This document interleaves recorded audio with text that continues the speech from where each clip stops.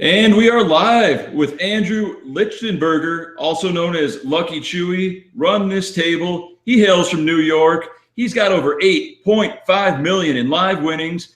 He won the Alpha 8 $100,000 buy-in at the Bellagio 5 Diamond event. He's the 2016 World Series of Poker 3K No Limit bracelet winner. He's an author. He's a lover of life. His new book, Eating Plant-Based, The New Health Paradigm, has just released. Welcome, Andrew, to the podcast. Thank you very much. I don't know that I did write a new book called Eating Plant-Based, but maybe that's in the future and I'm just not aware of it yet. Oh, wow. I got that off your Facebook page. I don't know. I don't know where that came from. How many books do you have out? The Yoga of Poker? I just have the one, just the Yoga of Poker. What the hell did I look up there? Wow. Someone must have just tagged you on your Facebook, and I misinterpreted that. There could be some sort of like parallel reality, alternate dimension type thing going on, and you're seeing into my future and acting as sort of a soothsayer, giving me insight. Wow, but that sounds about right. Eating plant-based, the new health paradigm. Yeah. All right, we'll roll with that. That's cool. Well, it's great to have you on the podcast. We're always looking for interesting guests. You've been traveling the world, experiencing many different ventures. The fans really want to know about what has LuckyChewy been up to in the last year. Wow, the last year. So a year ago, I believe I was in Monaco. I went to what was then the EPT and played that. And then I went to Sydney, Australia for Scoop before coming back to Vegas. And then I played WSOP, and I had a very transformative WSOP. I spent a lot of time doing a lot of meditation, more so than usual, because my results hadn't really been up to par for the year previous. And I felt like there was sort of a, how could you say, an obstruction in my mindfulness. And I wanted to really get to the root of what that was.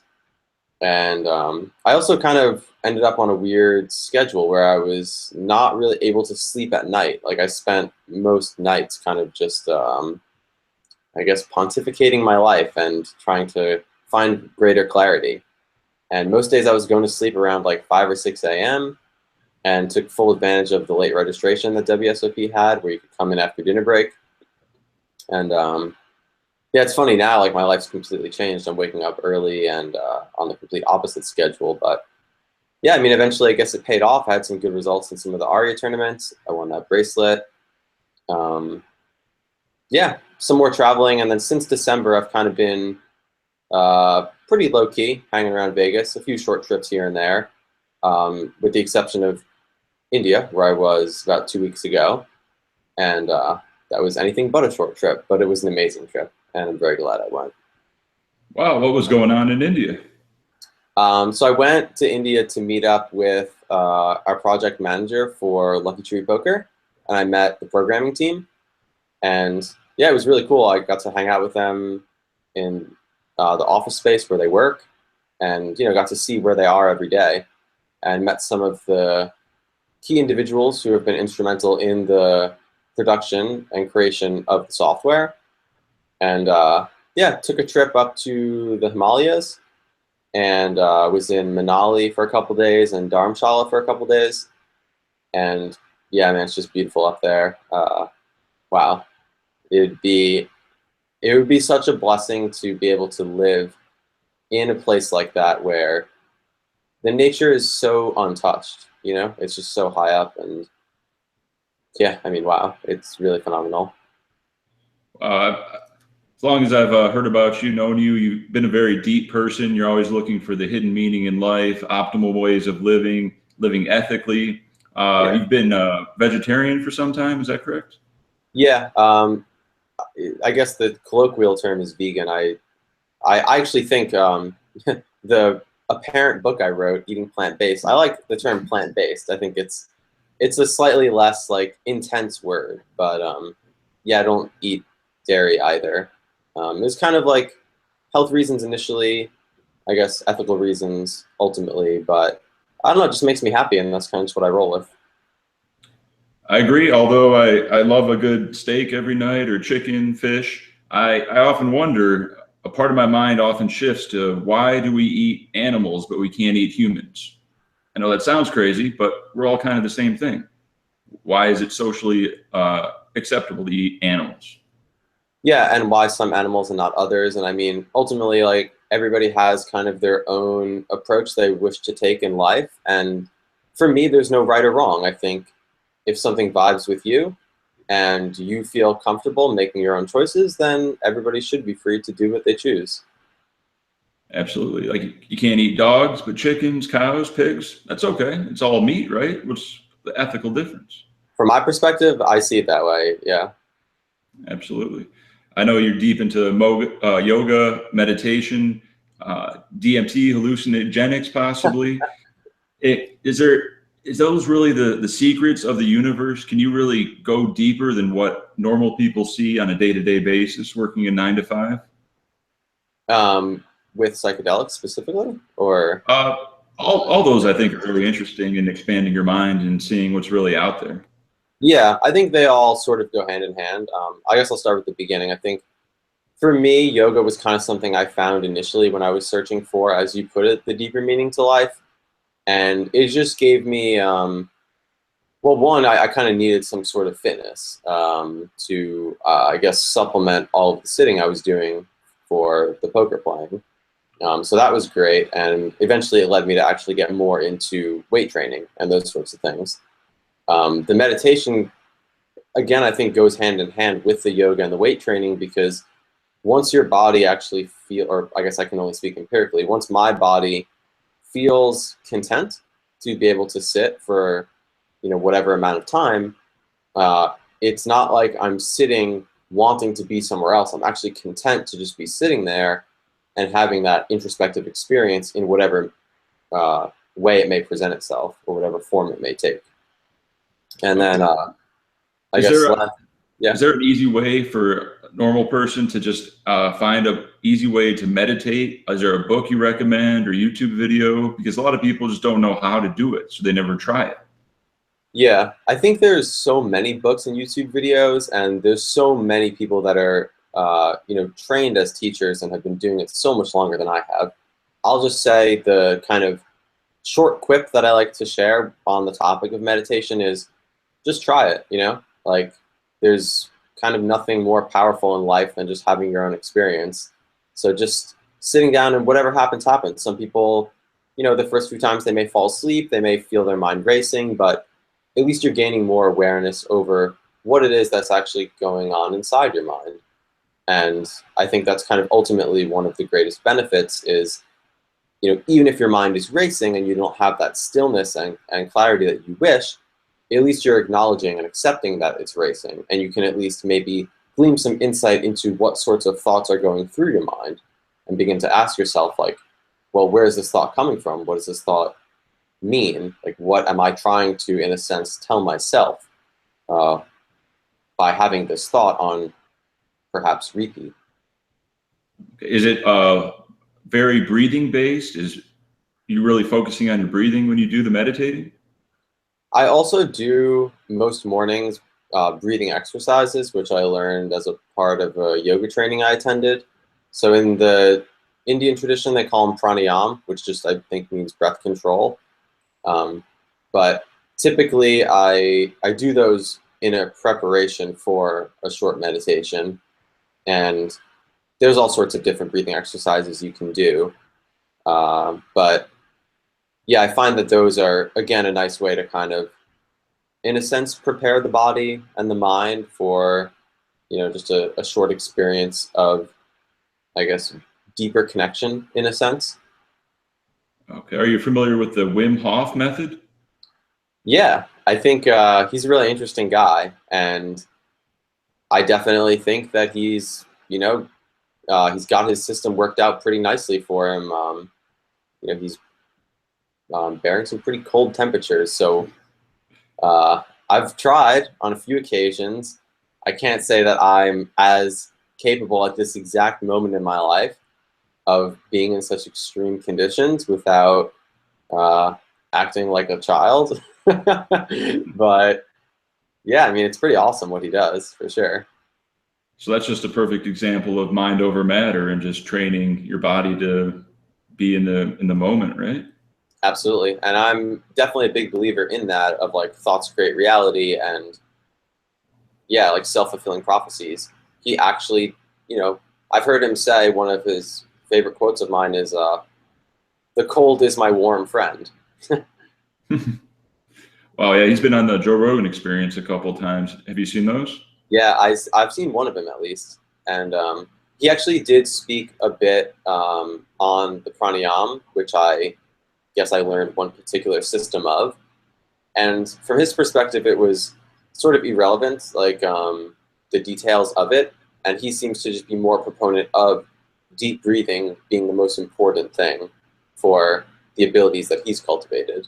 And I thought that was interesting, because I know in most of the Indian systems, at least the ones I've been exposed to, they're fairly meticulous about the detail of each particular exercise. Oh, yeah. You seem to be doing it right. You got a lot of things figured out. I did buy your first book, an only book, Lucky Chewy's Yoga of Poker. I was really impressed that you hand signed it. Do you know approximately how many of these have been sold, and if you hand signed all of them? I haven't signed all of them. I would guess somewhere in the 70 to 80 percentile range of hand signed, and I'm gonna say 200 to 300 maybe. I could be wildly off in either direction, but that's just what came to mind. Okay. No, that's a great book. Really appreciate it. Wasn't too long, wasn't too short, really to the point. Just the mental aspect of poker. Can't like tilt, not even an option. You just have to be, present in the moment and just think of the big picture and not worry about the little stuff. Absolutely. Yeah, I mean, I just felt compelled to share what I felt had helped me so much in my own poker experience and my life, realistically. You've had great success in live tournaments. You mentioned that in the previous years or this year, you weren't really in the right mindset. And so you changed your sleep schedule, you're showing up late, and you weren't looking at it correctly. What exactly did you mean by that? I don't know, it's hard to say what really shifted so much. I guess looking back on it, in a sense, it was a necessary growth that was something internal, I suppose, like moving past where I was. Like, I guess maybe I became too complacent. Like, anytime I think you have a certain level of success, there's always kind of a fundamental, at least for me, uh, perhaps desire rooted in wanting to have that continuation. But it's only by continuing to change with the times that I feel you can really continue to have that success as your life goes on. And I feel like, I mean, there were many components probably to, I guess, the stagnation that I experienced. But yeah, ultimately, I think maybe I was thinking too much in the past, and perhaps not, well, just focusing enough on the present, whether it was my life outside of poker or the poker I'd been playing. But at the beginning of last year, my results really weren't very good, and I knew that something had to shift in order for me to, well, I guess just achieve that same level of success that I'd had in times past. Makes a lot of sense. The thing that puzzles me is you seem like such a caring and giving person, but by nature, poker, you're trying to take your opponent's chips and their wealth in essence. How can you be in both states at the same time? Yeah, I kind of look at it the way I always in the past have reconciled this to myself, because I've definitely thought about it, is in poker we've chosen to keep score with money. But realistically, we could keep score with points, like, say, basketball. And nobody thinks, like, because LeBron James just, scores so many points, like, we don't see that as something that's inherently negative.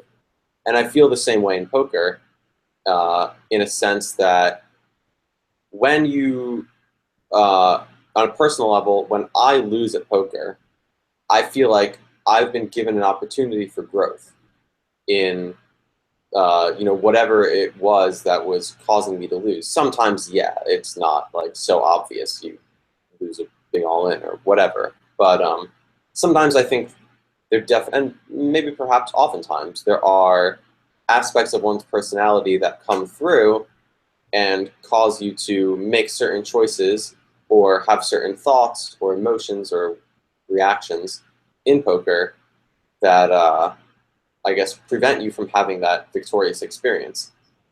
And I feel like in a sense, you offer somebody the opportunity for growth by, well, beating them. Absolutely, yeah. But I mean, I guess LeBron would be a better example than, say, Kobe, who's known as a ball hog. He is selfish. Yeah. And yeah, obviously it goes for any sport or anything really. And I think ultimately the real competition in poker is with yourself. Yeah.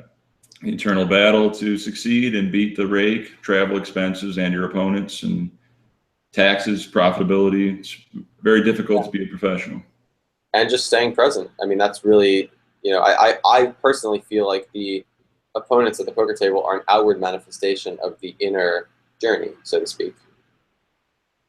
I agree. And there's something that I haven't been able to put my finger on. And I wish I wasn't like this, but sometimes I'm playing at a table and there's just like a known scammer or someone who I just know they're a dirtball. And for some reason, they're way more likely to bust me or bad beat me in a given scenario.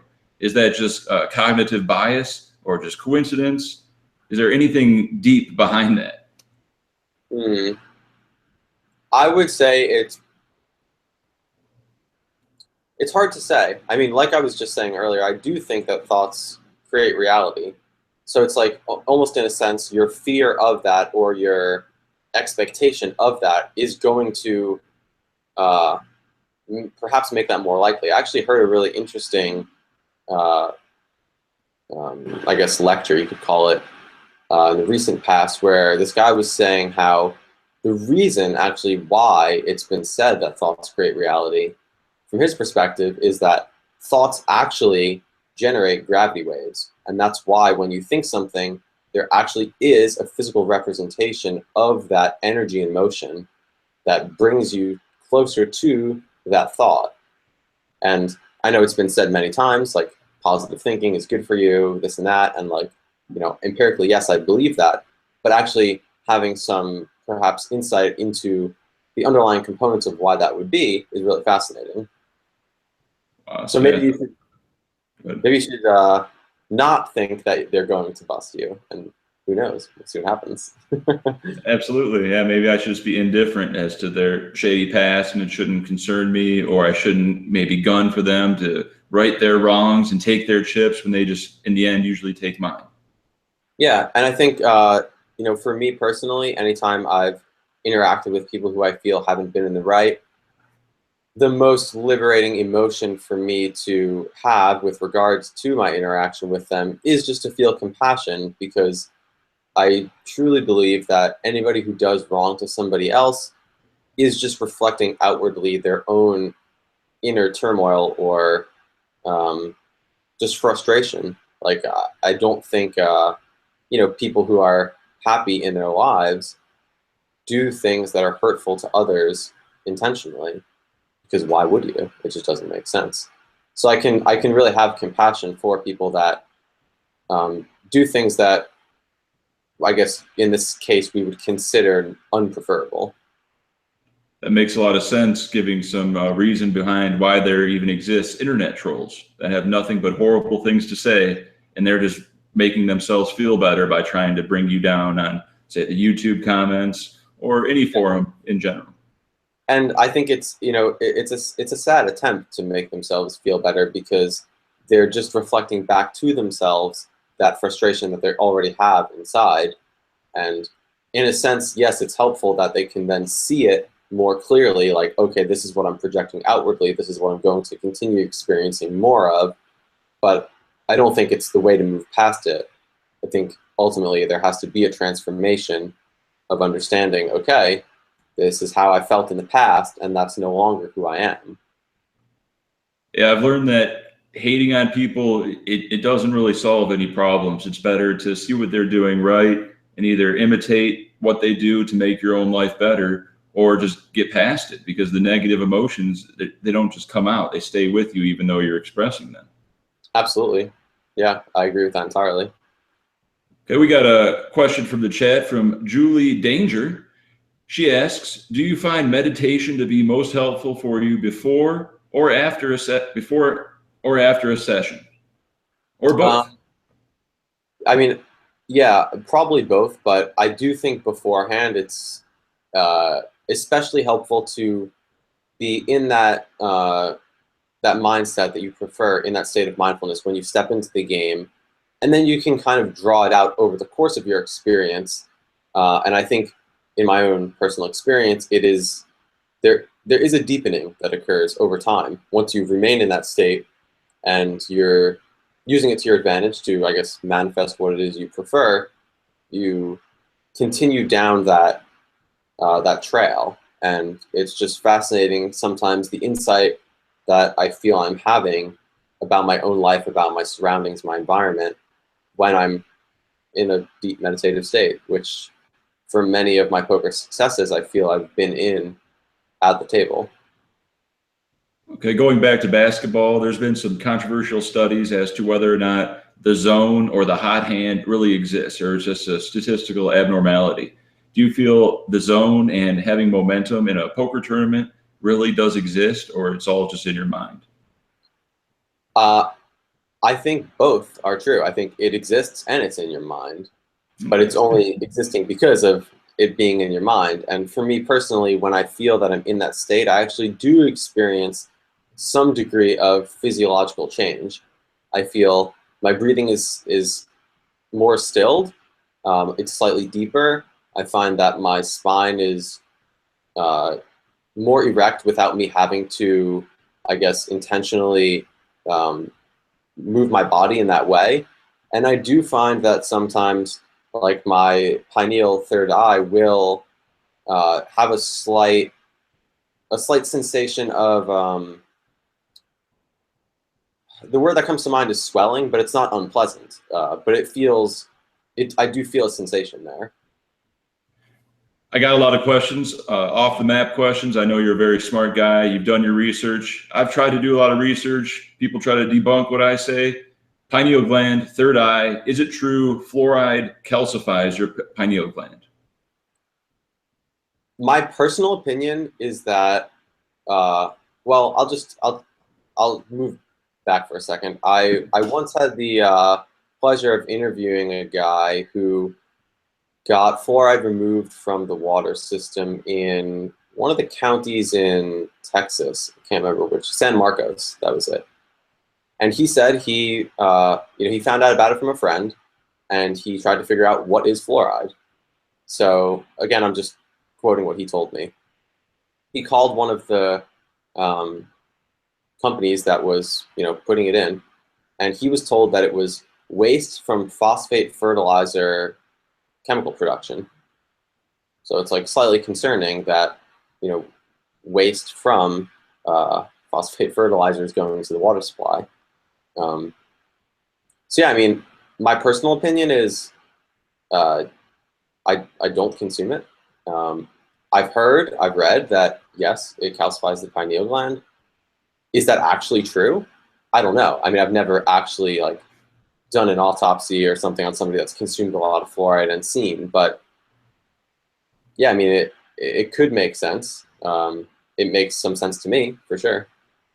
Absolutely. Yeah, I did a little research on that, and just a lot of bad articles about why is there even fluoride in our toothpaste. It's dentist propaganda. It's to make your teeth stronger, fight cavities. And then why is it in our water? All these studies about France, them poisoning their water with fluoride, and some states and some countries have banned fluoride from their public drinking water because they just view it as poison. Mm-hmm. And yeah. I think it's really interesting, and who really knows what the case is? We've got to do more studies, like you said. No autopsies over at LuckyChewy.com. Yeah, I think just having unbiased studies is kind of the most appropriate way to proceed with anything that there's controversy about. Yes, keep it The, scientific. yeah. The issue then becomes the funding and who's doing the study and blah, blah, blah. And yeah, I mean, like I said, I don't really know. I don't consume fluoride myself. It's not my intention to do that. Absolutely. Yeah, I've switched about 2 years ago to fluoride-free toothpaste. I drink spring water, no tap water, and I haven't had cavities in 2 years. So I get That's awesome. small sample size, but it hasn't been Yeah, any detrimental effects to my teeth, not having fluoride in my toothpaste. that's great. Yeah. Matthew Kolinzny asks, how does he feel about the subconscious mind? So I feel that the subconscious is kind of, in a sense, what you access through a deeper meditative state, where you're able to gain insight into those thoughts that are running in, I guess, what you could perhaps call the background of your own mind. So I guess if I were to, I guess, present it as I see it, I see that there's the conscious mind, which are things that you're aware of, and then the subconscious, which are things that you're not aware of but are still affecting you and influencing you, and then the unconscious, which are things that you're perhaps not aware of or aren't even relevant to you. And I guess one of the reasons that I think there's been a slight increase in the interest of hypnotherapy lately might be because of how it affects the subconscious mind. And yeah, I mean, I do see how there are thoughts going on in, yeah, I'll call it the background, that are very instrumental in one's life. Like, say, you brought up earlier how you feel like there's instances where you think particular people are going to knock you out of tournaments or bad beat you or whatever. Imagine how that would be if there was something more basic to life that was always going on in the background of your mind, and it was affecting your daily existence, maybe even your livelihood. You know, it could be really helpful if it's something that's positive, and if it's just a negative belief that someone told you when you were very young and it's just stuck with you, it could be like you're stubbing your toe day in and day out, and you're just not really sure, like, why is this happening to me? Yeah, it's like background music that you can't really interpret. There's a hidden Yeah, meaning there that you just can't quite get. yeah. Until you still the surroundings, and then the background music volume increases. Makes a lot of sense. Subconscious mind. I'm definitely going to rewatch this on pokertube.com. There's been so many deep things that have been said that you really got to stop and think about. Matthew in the chat asks, Chewy, ever been to Burning Man? No, but I do believe I'll be attending it this year for my first time. Excellent, excellent. Any plans, renting an RV? How does that all work? Yeah, my friends are setting something up. I really don't know how it works. I just know that literally everyone I've spoken to has told me that it's an amazing experience, and I look forward to sharing it with them. Absolutely. Yeah. Tim F in the chat says Terrence McKenna talks about all this. Have you researched some of his works? Yeah. Not in the recent past. It was more, I'll say, 8 to 10 years ago that I was pretty into McKenna's stuff.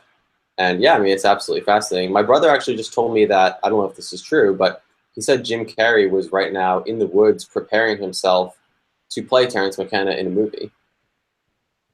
Wow, Jim Carrey's been quite the character. He's been on a lot of talk shows and said some real out there stuff that might have had some hidden meanings or been applicable to some of the stuff that we know. But a lot of people just wrote him off as being, he's just being silly, Jim Carrey. Interesting. Yeah, I wasn't aware of that. There's one where he's on Jimmy Kimmel talking about, or I guess trying to troll the Illuminati, holding up the triangle and doing all this stuff. They're listening to us. They're watching us. My iPhone, who knows what he really knows, or what big Hollywood is trying to push upon us. Yeah. Tim, go ahead. No, I just said that's interesting. Yeah, go ahead. Yeah, but yeah, he seems like a pretty out there character. He was married to Jenny McCarthy for a while, wasn't he? I'm not sure. I'm not too savvy at celebrity affairs, I must say. One of my weaker aspects. Okay. She was pretty famous in the news for talking about vaccines and autism. Do you have any opinions on that? I know that there's been a lot of controversy surrounding it. Again, I just don't really know. Yeah, I just don't really know. Okay, because a lot of my friends are having kids. They don't know whether to get vaccines or not. I don't know, I've heard a lot of bad stuff, but the other side is doctors. They know what they're doing. Get a vaccine and prevent polio. But yeah, I guess you just got to research it for yourself if you're going to go You down that actually know road. one guy here in Vegas. He used to be a journalist for UFC, and he is very much of the opinion that his son's mental health substantially deteriorated after he was given a particular vaccine, of which I'm not aware of. But again, it's just one person's opinion. I mean, I don't know, but that comes to mind when you mention this. Okay, need a good sample size of credible people to really figure that out, I guess. Yeah, Tim F in the chat asks, has he done ayahuasca? I have not. Okay, neither have I. But I've heard some good things and some bad.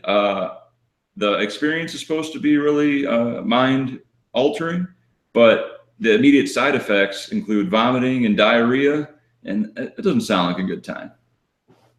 Yeah, because I haven't done it, I can't really speak on it. But kind of my general perspective of plant medicines are that, they're in a sense put on the earth because they can help heal physiological, mental, emotional things within people. And I do feel that of some of my experiences with plant medicines, I have received some great benefits.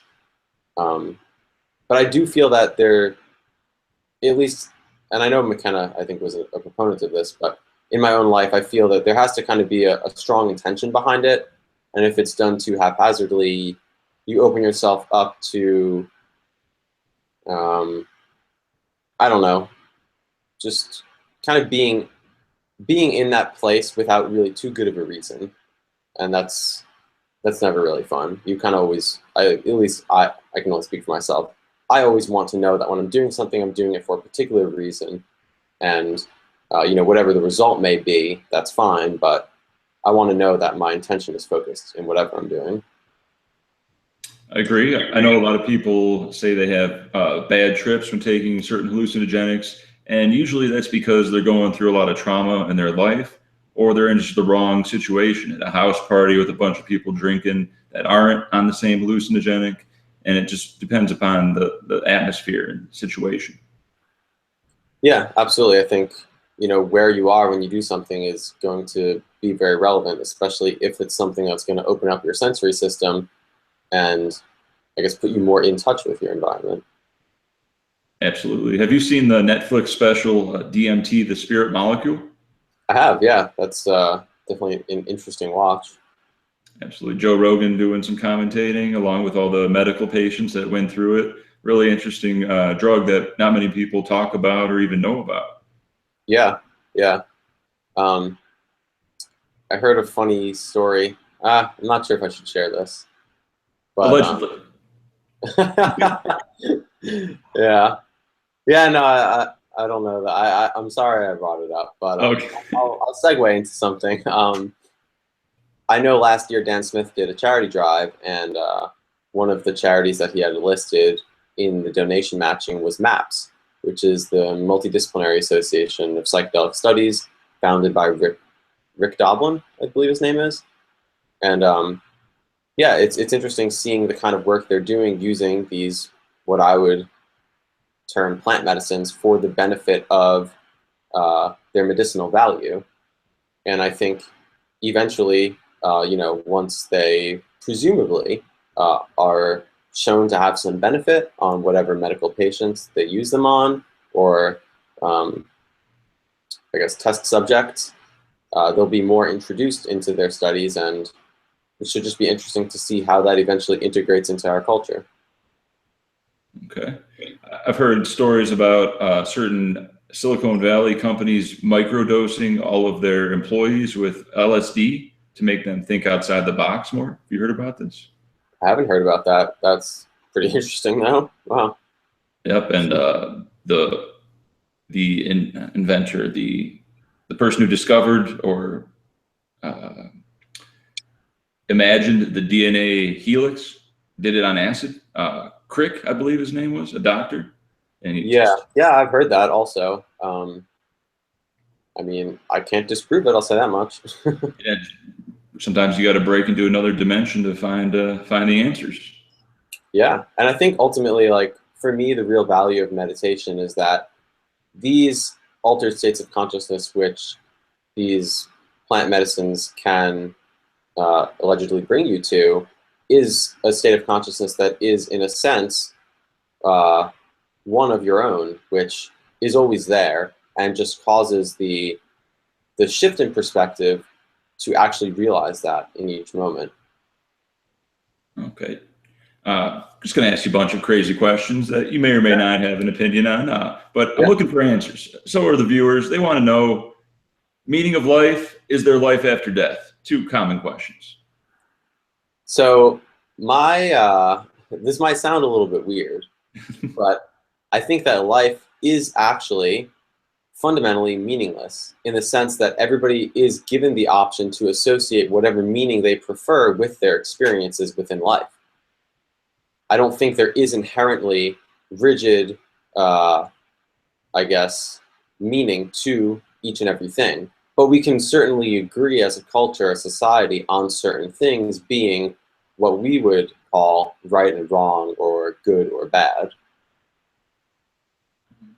Have you heard the term that or the theory that we're on a prison planet, that we're trapped souls that have to learn a lesson to get free and another life be in a happier environment?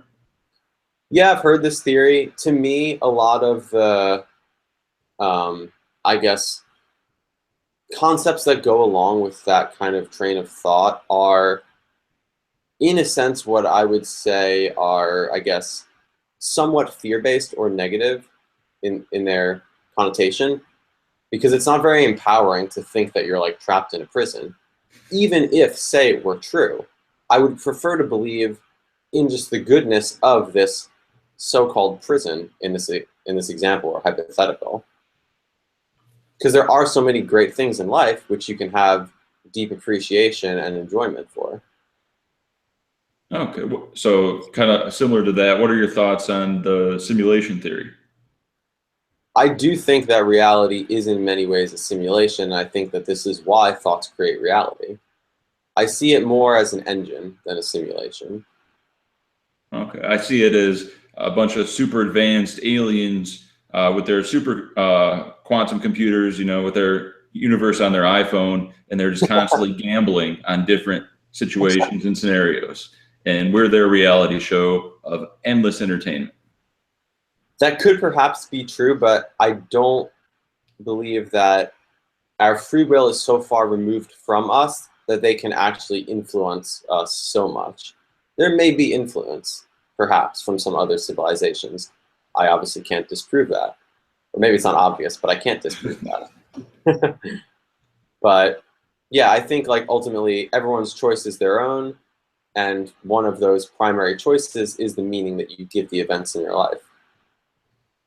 Okay, yeah, I don't believe they influence us either, but I think they just they gamble with Bitcoins on all the different possibilities. So the rules are set in place: gravity, the speed of light,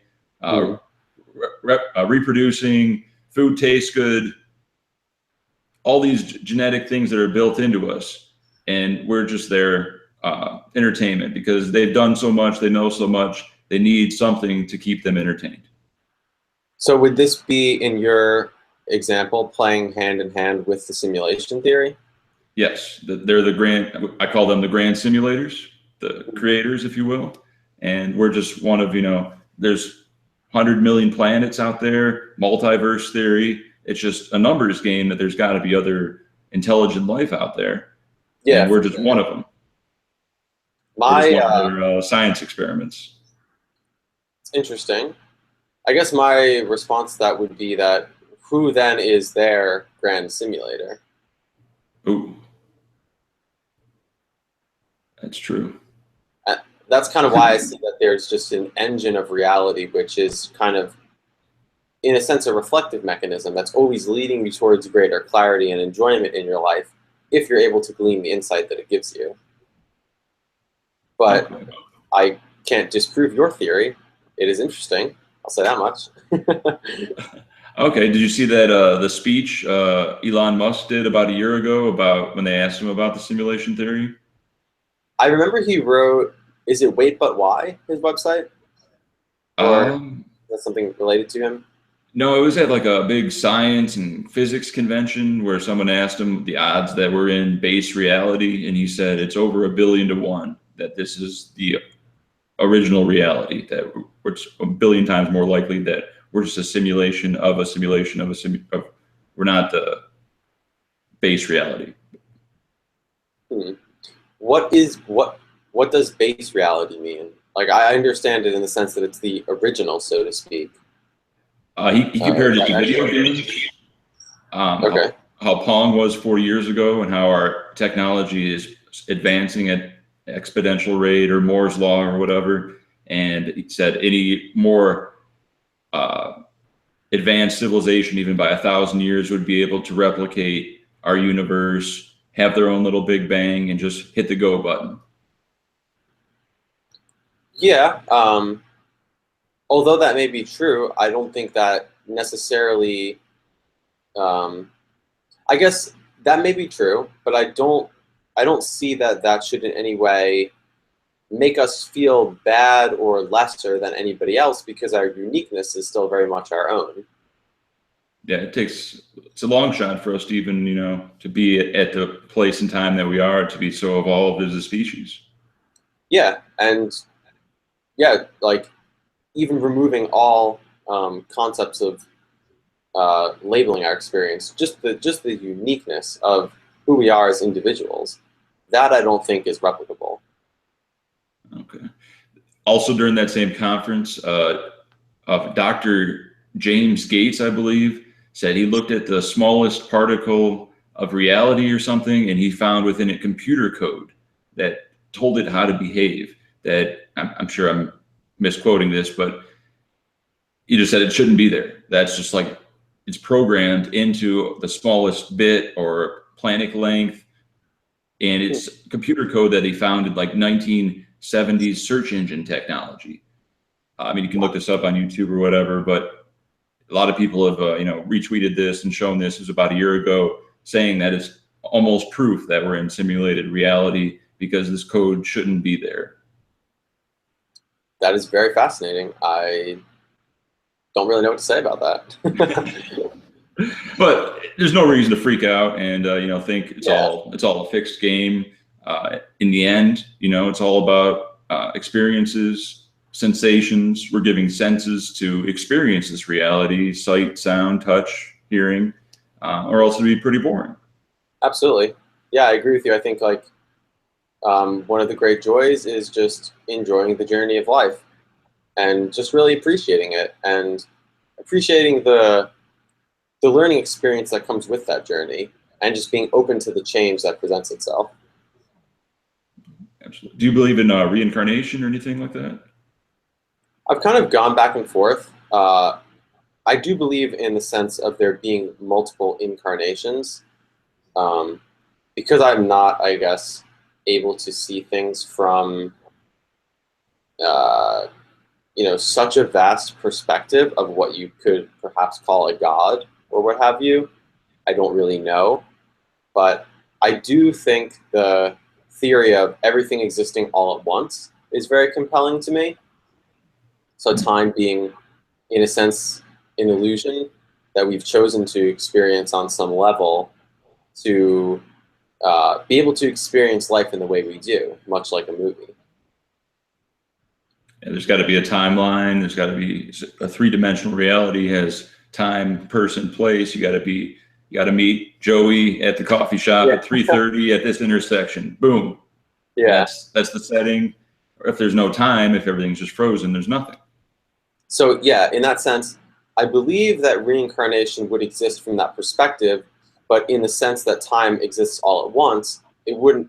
The prefix "re" would kind of be redundant. It wouldn't really. It would just be incarnation.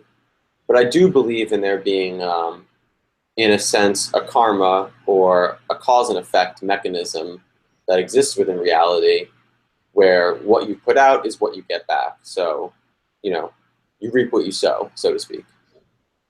Makes sense, even if you can't immediately see the results, possibly in the long term. Yeah. Variance will even out. Yeah, I truly believe that. Makes sense, and it should work out like that. But sometimes these scammers, they're horrible people. They're winning millions of dollars, having a great time. No justice, no karma, just variance in their favor. Yeah, I don't know. Again, like it may require such a vast perspective to see how it all plays together and how this hypothetical fair and just universe that we're discussing would, in this example, work. Okay. Hot Sauce is Lethal says he plays poker online with Bitcoins. What do you see for the future of cryptocurrencies?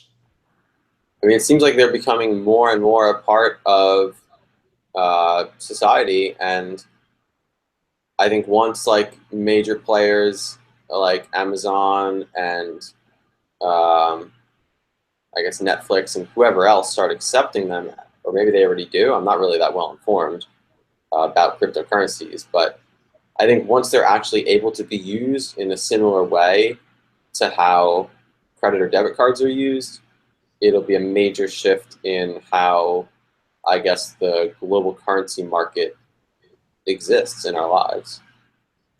Okay, there's Joe Rogan's had the Bitcoin Jesus, I believe he calls himself, Andreas Apanopoulos or something, on his podcast a couple times, and he spends a couple hours really describing the future functions of Bitcoin, how he does have a Bitcoin ATM card, how he can sell a car or buy a car using Bitcoin with a code to start the car. And it just has endless possibilities where he gets paid for his speaking appearances Bitcoin. He can buy a coffee with a Bitcoin or a fraction of a Bitcoin now. And he just really thinks it's the future, and the sky's the limit. But of course, he also warns it's extremely volatile and not something you should invest a large portion of your net worth in. Yeah. Is this something he's able to do currently? Use his Bitcoins for? And is that something everyone's able to do, or just he's able to do based on some sort of thing he set up? No, I'm pretty sure it's backed by Visa. It's a Visa debit card, and you just load Bitcoin on it, and they accept it as cash, and you use it as cash. And when the balance is zero, you just can't use it. That's very fascinating. More and more people are accepting Bitcoins because it just brings more revenue to their site. Absolutely. Yeah. They know they can convert them on popular sites like Coinbase into cash at a small 1% or 2% transaction fee, and it's going to spread the word and get people talking about. I think Overstock.com was accepting Bitcoin a few months ago. Something almost as popular as Amazon was up there, and it just. But like you said, the major banks, currency, I don't know that much about it, but they seem to be not for it because the Federal Trade Commission just turned down something about Bitcoin that dipped its price to about 1,000 a coin. That was a month ago, but now it's back up to 1,500 a coin at an all-time high today. So very volatile is perhaps an understatement, but very volatile. All we can use. But there's other altcoins, as they call them, Ethereum, Litecoin, a lot of great investment possibilities, which seems to me like the reasonable future with how technology is advancing. Paper money just seems like a thing of the past when everyone's using debit cards, credit cards, just paying for everything online. Why do we need paper money to represent our real money? Yeah, I have no compelling argument for that. Things are definitely moving in a more technologically based way. Okay. Julie Danger says, check out BitPay. Works like a Bitcoin wallet. I'm guessing that's similar to the debit card I was talking about. That's pretty cool. Where can people get your first book? LuckyChewy's Yoga of Poker. I believe it is still available for sale at LuckyChewy.com. Excellent. And any insider tips or words on the poker site that you have in the works? Well, my intention right now is after our testing, certification, licensing, that sometime towards the end of this year, it will actually be ready for real money play. I initially thought when I went on different podcasts earlier this year that it would be sometime closer to the middle of 2017, but I'm thinking sometime closer to the end. But as like these major milestones are achieved, I will definitely be more vocal about it on social media. And I know that there's been some incredible upgrades that have been made since I initially shared with the community the beta last December. So I've kind of been quiet about it while these changes are underway, and then once everything's ready, I'll be a lot more vocal. Okay, I'm sure there's a lot of hurdles to jump over. Do you have any word on Phil Galfon's Run It Once online site, why that's been delayed? I don't. I've spoken with him very briefly, but nothing really worth sharing that would give any insight there. Okay. Will LuckyChewy.com be available in the U.S.? At this moment in time, I'm not sure how we would be able to do that, given I don't think the licensing exists. But if it does, I would avidly pursue it. I'm sure many people would be happy to hear that, but there's definitely some hurdles to go jump through, and you don't want to get in any legal trouble.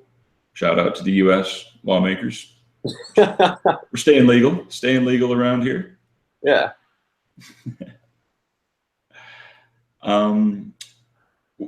You're currently traveling a lot. You're from New York. Do you still have a place in Vegas, or what are your plans for the future? Yeah, I do still live in Vegas. Going to be going to Canada for the next few weeks to play Scoop. PokerStars, not really sure about the future. I'll probably keep a place in Vegas, at least for, I don't know, the foreseeable future, just because I play a lot of poker, but I don't really know. I'm open to see how the excitement in my life shifts my experience. Great. You going to Vancouver, you said?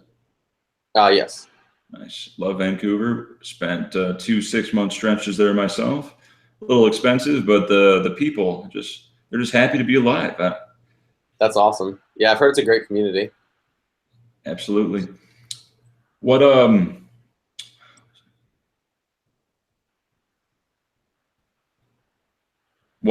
for the World Series of Poker, is there any tournaments in specific that you look forward to playing, or cash games? What are you really going to focus on besides mental clarity and being in the zone? I guess one thing, it's not a direct answer to your question, but one thing I'd really like to focus on, which I've been doing more of over the last year, is only really playing when I really feel focused.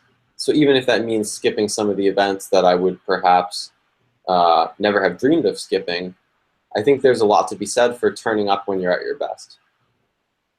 Absolutely, and it will affect you mentally and financially when you're playing an event that you're just not going to be profitable in if you're just not on your A game. Yeah, I mean, there's nothing worse than turning up to play and feeling like maybe you shouldn't be playing, and then making even just a minor mistake or error that compounds itself, and feeling like, why didn't I just listen to myself and go to the gym or go to the park or whatever that felt more appealing that day. Makes a lot of sense. I've been there. It's not all easy to it's not easy to be on your A game. 45 straight days playing every event. You just don't want to miss the opportunity. But like you said, you got to balance when you're going to be really there mentally.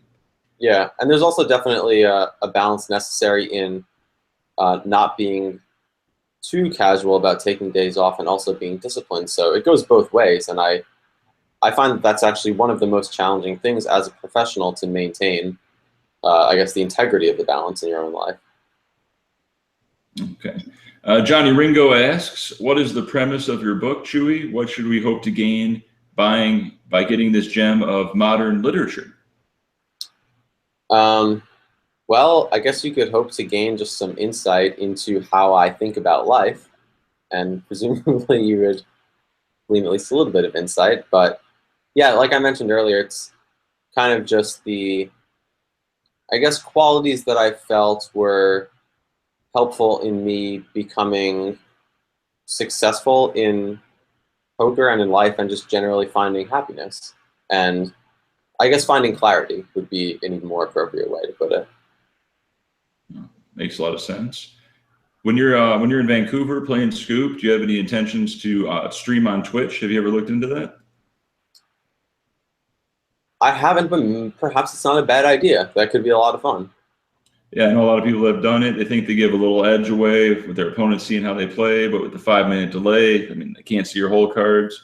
It could be good advertising for your book, upcoming site, whatever else you're doing, and just the interaction seems overall positive. Yeah, that's a pretty good idea. I'll definitely consider that.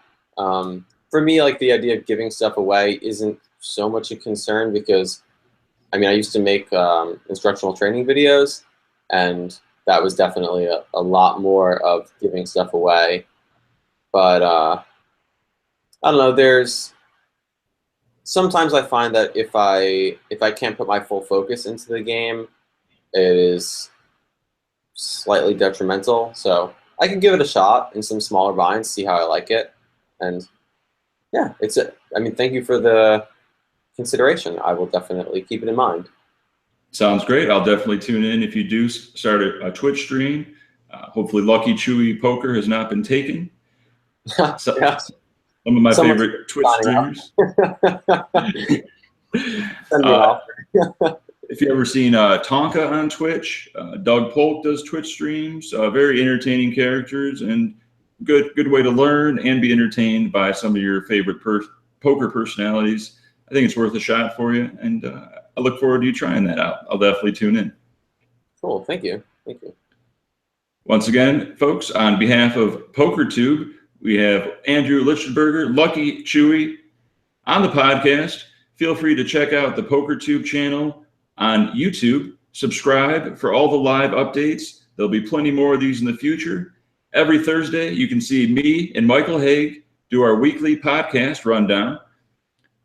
Also, check out PokerTube.com. Over 15,000 videos to choose from. If you like poker, you like videos, go to PokerTube.com. Thanks again, Andrew. It was a pleasure having you on. I look forward to rewatching this in the future. Absolutely. Thanks again, and thanks for joining us in the chat. Have a great day.